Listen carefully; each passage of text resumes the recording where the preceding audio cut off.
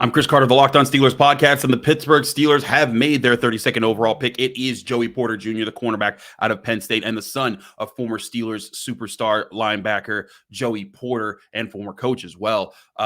This doesn't come as much of a surprise to many people because Joey Porter Jr. was one of the more highly regarded corners of this class. Now, sure, he falls down the board when you look at how he wasn't selected in the in the first round of this draft class, and that certainly caused some concern. But pre to this draft class, to this draft happening, a lot of people had him slated as at least the number 3 or number 4 cornerback here. Personally, I had him ranked as my number 3 cornerback. So if you had told me or told most people that the Steelers were going to find a way to get a top 3 corner and a top 3 offensive tackle as far as how we were ranking them heading into the draft, no one would have believed you. And I think that that's where the Steelers come down with Joey Porter Jr. Now, there are drawbacks to this pick. Yes, Joey Porter Jr., the positives first.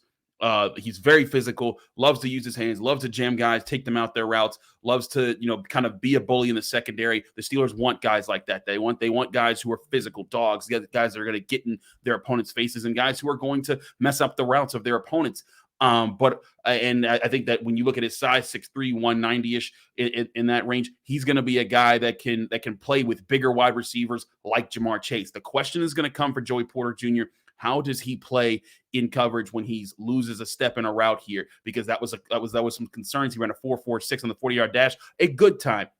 Not a great time for a cornerback. You want to see more corners run 4.4 flat or below to see that recovery time. You look at his hips. There's sometimes he doesn't flip them quick enough, and sometimes he can get lost in the sauce with a quick route runner. But how he tries to negate that is he tries to beat them at the start of their route by knocking them off their path, messing up the timing of their pattern, and then that way their timing with the quarterback is off there. And yes, he only had 1 interception in his time with Penn State, which certainly calls into question ball skills concerns there. But he had 9 pass breakups the past year. One thing I noted when I look back and I saw him play throughout the year, he was able to get his head turned around and at least find the ball. Just wasn't able to come down with a lot. But again, as I've said for months now, when you go back and look at the numbers, some of the guys who had more interceptions this past year, guys like Deonte Banks, they were being targeted 60 plus times. Joey Porter Jr. was targeted 30 times, often because he was in position, playing strong, and deterring quarterbacks from going his way and choosing to go a different way in the Penn State secondary. Now, how he fits into the Pittsburgh Steelers,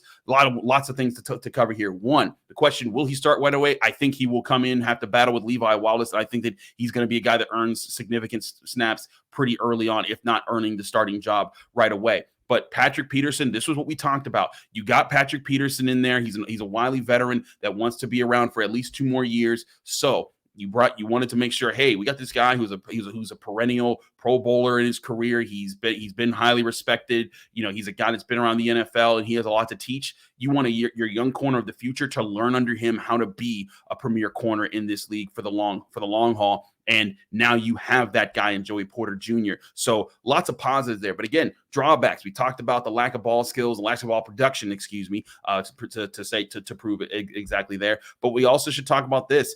Taking Joey Porter Jr., there were other positions that the Steelers could have taken that I think that you could have looked at and said maybe they could have gotten a position where the value wasn't as high later down in the draft. The Steelers hold on to their 49th overall pick. We'll get to the talk about them not trading out of 32 in a second here, but when you look at how the Steelers are handling this right now, there's plenty of cornerbacks that I think that they would have been very happy with, like Julius Brents or Tyreek Stevenson or Clark Phillips or DJ Turner, guys like that. And some of them are more slot corners than outside corners, but still, those guys were still going to be there even if they didn't pick Joey Porter Jr. right here. They could have gotten a Brian Branch who could have gone to the slot and then played a little bit of safety. They could have gone John Michael Schmitz, who is my top center off the board. They could have gotten Keanu Benton, who's my top defensive lineman right now. They could have gotten Osiris Torrance, who is a really good interior offensive lineman. Lots of different options there still for the Steelers there, where they could have gotten maybe the best at another position that won't be as fruitful later in the draft, whereas a cornerback, there's still guys like Cam Smith, Kelly Ringo, in addition to all the other guys I mentioned. So this is going to be a big question. Is Joey Porter Jr. actually the guy?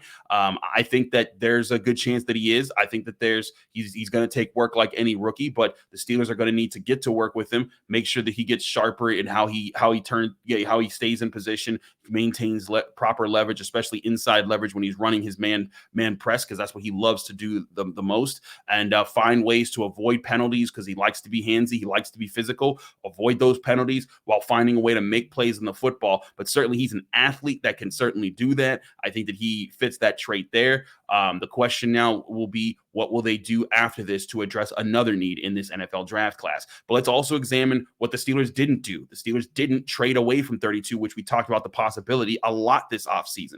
What was going into that? Well, Jerry Dulac of the Pittsburgh Post-Gazette was tweeting earlier in the day on Friday, the Steelers are fielding calls, and right now it seems like their fit right now is getting a 4th-round pick. And to me, this was a better move than doing that, because if you're telling me that you get to trade down and you don't get your guy at the top of the 2nd round for only a 4th-round pick, I know they traded away a 4th-round pick at Broderick Jones, but I'm all for getting your guy if you think that Joey Porter Jr. is your guy. And again, there were a few other guys that I think would have qualified for that, like Branch or Schmitz, and other guys like that. So I do think that the Steelers are in a position to feel comfortable with taking this if they weren't getting any other day 2 picks there for the 32nd overall pick. And we'll see who they take at 49. But right now, Joey Porter Jr. feels like the right fit. Again, if you had gone back when we did our rankings of them, a lot of people ranked, the top 3 offensive tackle. Broderick Jones was somewhere in there, whether you saw him at 1, 2, or 3. Joey Porter Jr.